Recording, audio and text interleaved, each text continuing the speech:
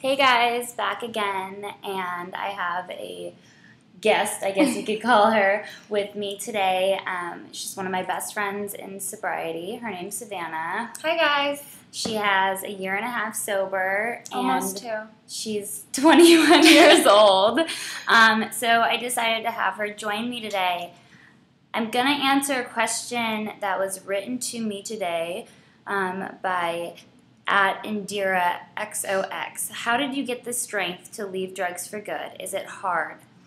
Isn't it tempting to do them again? I think for any addict or alcoholic, it's fair to say that no matter how much time you have, you're always going to have cravings or temptations, and the only thing that we can do is take it day by day. So I guess my answer to the question is, I can't say that I'm going to be sober forever. I can just say that today I'm going to be sober. Because the second that you tell an addict, any addict, that they're going to need to be sober for the rest of their lives, they're not going to like that. So, I've found, like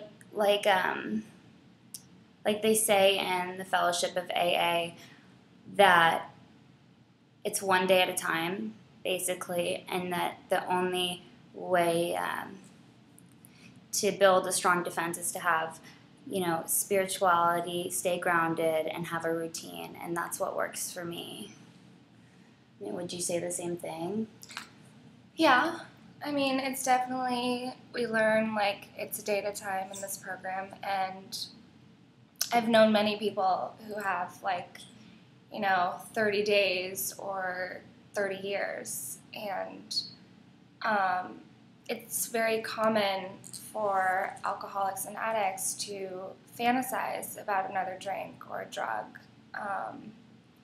but whether or not we pick it up is, it's crossing that line, and it's whether or not you want to go back to that lifestyle that we used to have. It's really hard when you do have those temptations to say, okay, I know where this is going to get me, and I know that I'm not going to like the end result. And so, it's hard in that moment when you're having such a bad craving to pause and say, okay, no, I don't want to do this.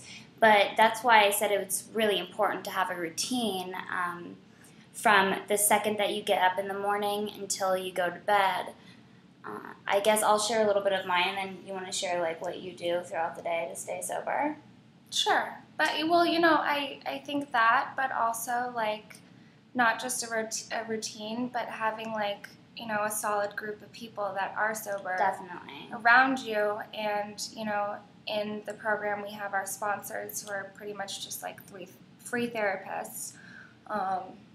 And both of us have sponsors, and just being surrounded by good, sober human beings. Yeah, that's definitely a huge part of it, having another addict or alcoholic to call, because talking to another alcoholic is in recovery, that is completely different than talking to a therapist or a family member who hasn't been through what you've been through.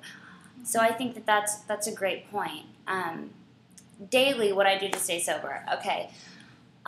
We'll start with the morning. The second that I wake up, I try to do my prayer and meditation. It's difficult to say every day I'm going to meditate for 30 minutes and do all my prayers. I always get my prayers in, but I don't always get in my 30 minutes of meditation. That's just, life shows up, and then I put, God and my spirituality on the back burner sometimes, which is horrible to say, but it's true, it's It's better than I do. Yeah, well, everybody has a different way of doing things. Some people have to get up and get in their routine and do their coffee, but for me, if I don't wake up in the morning and pray, my entire day is off. So yeah, I get up and pray. I make sure that, like Savannah was saying, I do my morning reflections with my group in the morning, and that's basically reflecting on what's going on in your life, how you're feeling that morning, what your goals are, and how you're going to achieve the goals. And I think that that's also another really important thing is, now that we're sober, having goals and like doing esteemable acts to keep yourself pushing forward and moving forward in life, I think is really important. But for us, I mean, I think it's mainly, well, Savannah's in school with me right now to become a drug and alcohol counselor as well. Woo. So, keeping yourself busy. We personally, for our recovery, we attend the Fellowship of Alcoholics Anonymous. There's many different fellowships, and I suggest that you guys all check out what works for you if you are having a problem with drugs and alcohol, but that's just what works for us. Hitting a meeting every day, if not 2 times a day, really important, especially in the beginning of your recovery. I remember for the first 4 months, I was going to 2 meetings a day, period. Yeah, That's just for the way the it first was. 6 months of my recovery, it was 2, maybe even 3 meetings a day. Yeah. First 6 months. And I think that that's, it's a way to keep yourself, like, out of your head because, our minds as addicts and alcoholics, we're always, like, going so fast. Yeah.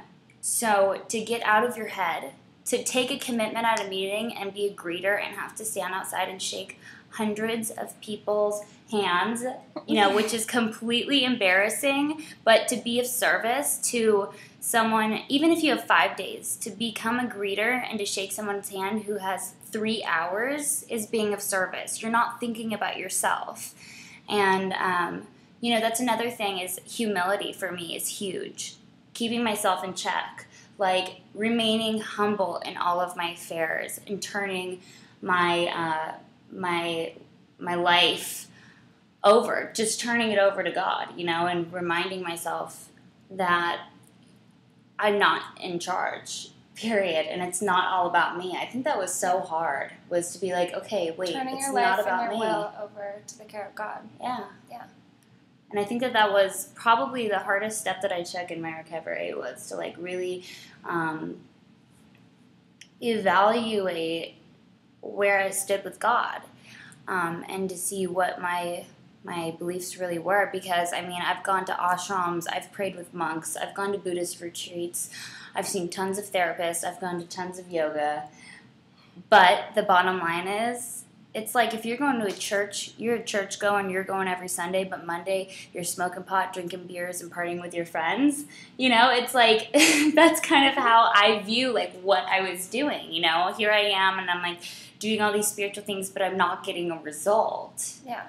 And so, for me to like put all of my doubts, disbeliefs, misconceptions of God, and the fact that I can't accept a religion and to find spirituality was huge. Well, it's hardest for, like, alcoholics and addicts because, for me, I was born stubborn, but most of us are very stubborn. Yeah. So we don't want to give over, like, control to someone else, especially... Something you can't see. Everyone's higher power in the program is different.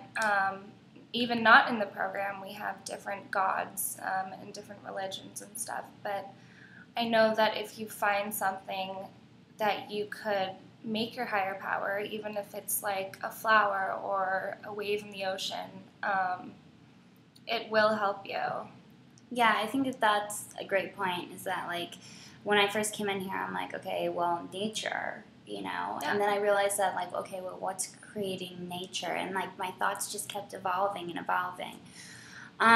So, basically to sum up what's been going on here, to stay sober, I don't set too high of expectations for myself. I remind myself to stay humble, and what was it, my last point? Oh, and I keep my side of the street clean. And that's the biggest thing is, when I lay my head at night now, I can feel okay and content with the way that my day went. And if I did do something wrong, I take care of it. So, keeping your side of the street clean, remaining humble, staying diligent in your goal setting, and that's it. So thanks for tuning in, guys, and I'll make another vlog soon. All right.